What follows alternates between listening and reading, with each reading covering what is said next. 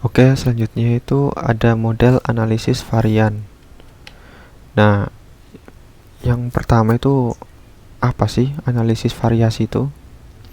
Nah, analisis variasi atau analisis ragam atau yang disebut dengan ANOVA adalah suatu metode untuk menguraikan keberagaman total data menjadi komponen-komponen yang mengukur berbagai sumber keragaman.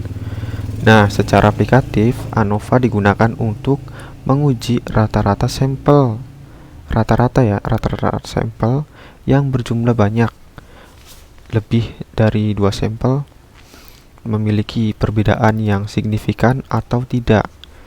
Nah, penggunaan ANOVA ini memakai distribusi F ya. Nah, model ANOVA itu dibagi menjadi dua macam ya. Yang pertama itu ada satu arah atau one way, dan yang kedua ada dua arah atau two way. Nah, yang pertama ada one way atau analisis variasi satu arah ya. Adalah pengujian klasifikasi satu arah merupakan pengujian hipotesis beda tiga rata-rata atau lebih dengan satu faktor yang berpengaruh. Ingat, satu faktor ya yang berpengaruh. Nah, di sini ada contoh tabelnya, yaitu ada sumber keberagaman, ada jumlah kuadrat, derajat bebas, ada kuadrat tengah, F hitung, F tabel. Nah, jadi sumber keberagaman ini disingkat dengan SK, jumlah kuadrat JK, jumlah derajat bebas DB kecil, kuadrat tengah KT, F hitung, F tabel. Nah, di bawahnya itu ada sumber keberagaman SK. Di bawahnya SK itu ada rata-rata kolom ya. Nah, ada rata-rata kolom, terus di bawahnya lagi itu ada galat. Nah, selanjutnya itu ada total. Dan seterusnya ya, bisa kalian lihat sendiri. Nah, di mana K kecil itu banyaknya kolom ya. Sedangkan N besar banyaknya pengamatan atau keseluruhan data. Nah, selanjutnya ada N kecil I, banyaknya ulangan di kolom ke-1. Dan ada XIJ, ada data pada kolom ke-I, ulangan ke-J. Nah, T ini total ya, atau jumlah dari ulangan pada kolom ke-1, TI, dan seterusnya. Nah, untuk analisis variasi dua arah itu atau two way adalah pengujian klasifikasi dua arah yang merupakan pengujian rata-rata dengan dua faktor pengaruh yang berbeda. Nah, di sini bedanya kalau di analisis dua variasi itu ada nilai tengah kolom ya, dan ada interaksi atau BK. Nah, jadi kalau satu arah kan hanya nilai tengah baris atau maksudnya dan galat ya, terus total gitu udah kan. Nah, itu yang membedakan antara satu arah dan dua arah ya. Nah, untuk rumusnya kalian bisa lihat sendiri. Nah, nanti rumus ini kalian aplikasikan ke data-data yang telah kalian dapat pada penelitian yang telah dilakukan ya, yang dilakukan kalian. Nah, selanjutnya kita ambil contoh. Ada kelompok tokoh dibagi menjadi tiga, yaitu kelas A, yaitu tokoh dengan jumlah pramuniaga lebih dari 25 orang.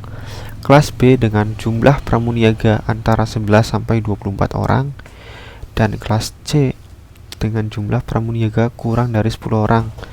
Nah, ingin diketahui apakah terdapat perbedaan rata-rata jumlah pembeli pada tiga kelompok toko di Purwokerto tersebut. Nah, untuk ini merupakan kasus one way ANOVA. Nah, kita bikin hipotesis dulu. Aduh, phone dagang. Hipotesis dulu ya. Nah, ada H0. H0 itu artinya apa? Hipotesis 0 ya. Yaitu tidak terdapat perbedaan jumlah pembeli pada toko kelas A, B, C. Atau H1 dan H1 terdapat perbedaan jumlah pembeli pada toko kelas A, B, C. Nah, secara statistik dapat dituliskan sebagai berikut ya. Jadi untuk H0 kan tidak ada perbedaan jumlah pembeli ya. Jadi nilai A, nilai B, dan nilai C itu sama dengan ya, sama dengan. Nah, untuk H1 itu paling tidak satu tanda ada yang sama dengan dan tidak berlaku atau yang tidak sama dengan gitu tuh. Ya, selanjutnya. Nah, kita masukkan ke dalam tabel jumlah pembeli. Nah, nanti dihitung nilai rata-rata dari output 1 dapat dilihat bahwa toko dengan kelas A ini berjumlah 12 ya, kelas B berjumlah dengan 15, dan kelas C berjumlah 13 toko. Nah, rata-rata jumlah pembeli pada toko kelas A yaitu 19,58, kelas B 18,87, dan kelas C 13,69. Nah, didapatkan nilai F-nya yaitu 6,858 untuk nilai variasinya. Nah, dasar pengambilan keputusan itu jika nilai F hitung lebih besar dari F tabel, maka H0 ditolak. Namun, jika nilai F hitung kurang lebih dari F tabel, maka H0 diterima.